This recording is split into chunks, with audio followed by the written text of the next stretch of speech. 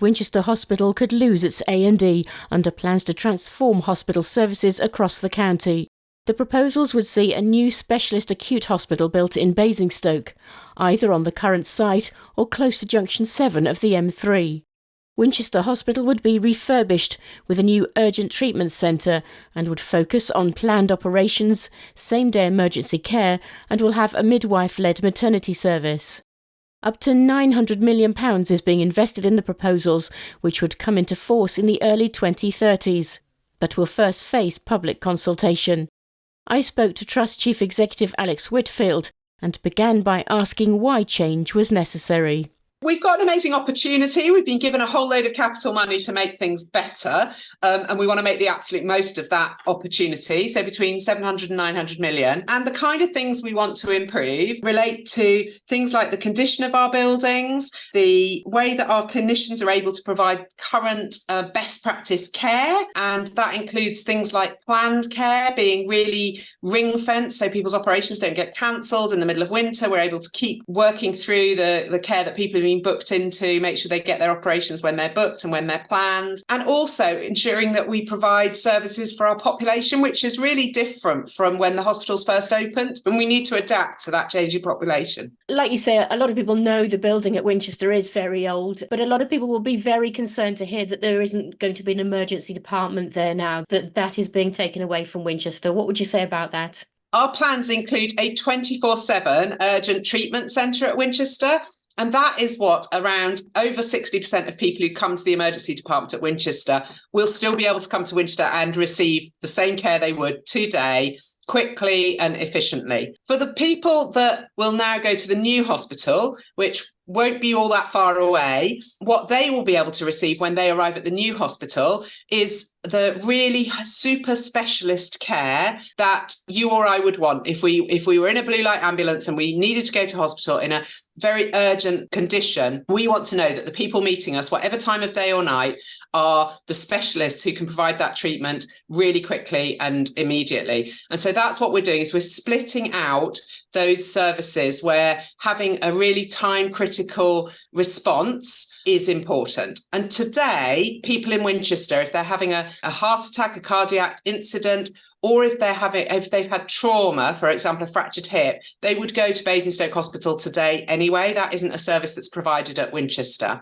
But if you're in an ambulance and you're in an emergency, that 20-30 minutes to Basingstoke could make all the difference, couldn't it? So we've looked at the time travel, the impact of time, and actually it doesn't, the outcomes for patients will be better by centralising those services. So the difference in average time is only a few minutes actually from where people are today. And the fact that when they arrive at the new hospital, they will receive that specialist care, that's what's will make a difference to their outcomes. And what about other specialist services that we have now in Winchester? Things like cancer care, things like neonatal. People, again, aren't going to want to travel to Basingstoke for that. So the cancer care services will still be provided to a large extent within Winchester. What we're talking about at the new hospital site is things like radiotherapy, which is currently on the Basingstoke site.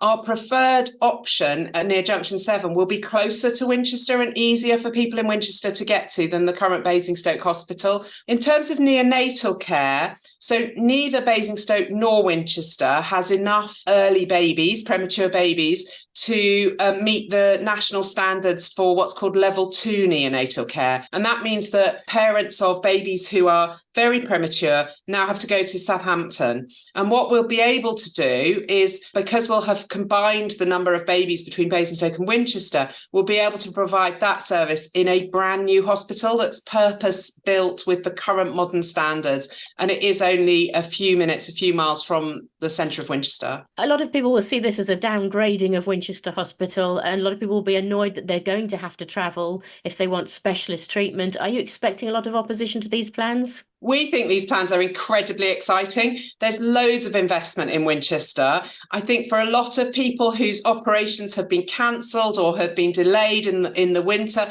the fact that we will be doing lots and lots of planned surgery in Winchester in a way that's ring-fenced and protected from from pressures of emergency care will make a real difference to the people of Winchester. The fact that they will have a brand new hospital not very far away with single bedrooms, with a dedicated children's emergency department is also a huge benefit for the people of Winchester. So I think there's a lot of good things in this, exciting things for the people of Winchester. And like you say, a lot of money is going to be invested in this. It's been promised by the government. But how guaranteed is that money if there's a general election? Might it disappear? What we understand is that at Treasury, this money has been allocated and ring-fenced in a long-term financial plan for the national new hospital programmes. And so we are assured by central government and by Treasury that this is not subject to changes in, which party happens to be in government. It's a long-term capital plan. The other thing we know is that if we don't invest in this way, we're going to have to spend an equivalent amount of money just patching up the buildings to keep them standing.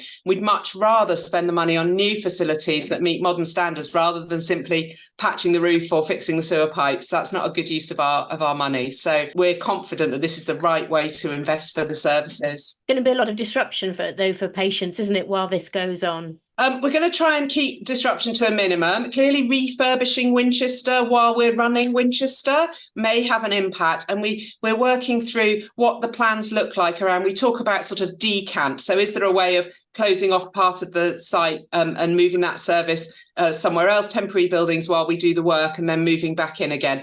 But we haven't got all of those details yet, because right now what we're after is a conversation with the public about what's the future state? Where do we want to be in the future? Does it work? Do we need to modify our options and our plans, and just really understand the pros and cons from the public? And how do people have that conversation? How do they make their feelings clear? And will you listen to those feelings, or is this a sort of foregone conclusion? So firstly, we absolutely will listen to the feelings. It is a real conversation. Every time we talk to groups of the public, different things come forward that we think, oh yes, we need to modify our plans a bit based on that or adapt things. So absolutely, we will listen. There is one more decision-making process to happen on the 6th of December. The Integrated Care Board will make the formal decision to launch consultation or not. But assuming they do agree to launch it, it will launch on the 11th of December. And at that point, there will be lots of information on the website, but we'll also be running public events. We're very happy to come along to anyone's events if there's groups that people are involved with. And it will be running from the 11th of December through to the middle of March. So there's plenty of time as well. And people can let us know through the website, through forms, through events, through whatever works for them. I would just say for staff, I think this is a really brilliant opportunity. So we know that our spaces in our hospitals for our staff are not as good as they should be. As our population's grown, we've sometimes turned staff breakout rooms into patient spaces. And actually part of the new hospital programme is making sure that our hospitals are great and wonderful places to work as well as to receive care. So it's really important that we hear from our staff through this process as well, so we can do the very best for them with this opportunity. Alex Whitfield talking to Winchester Radio, and we'll keep you up to date on developments and news of the consultations here on Winchester Now.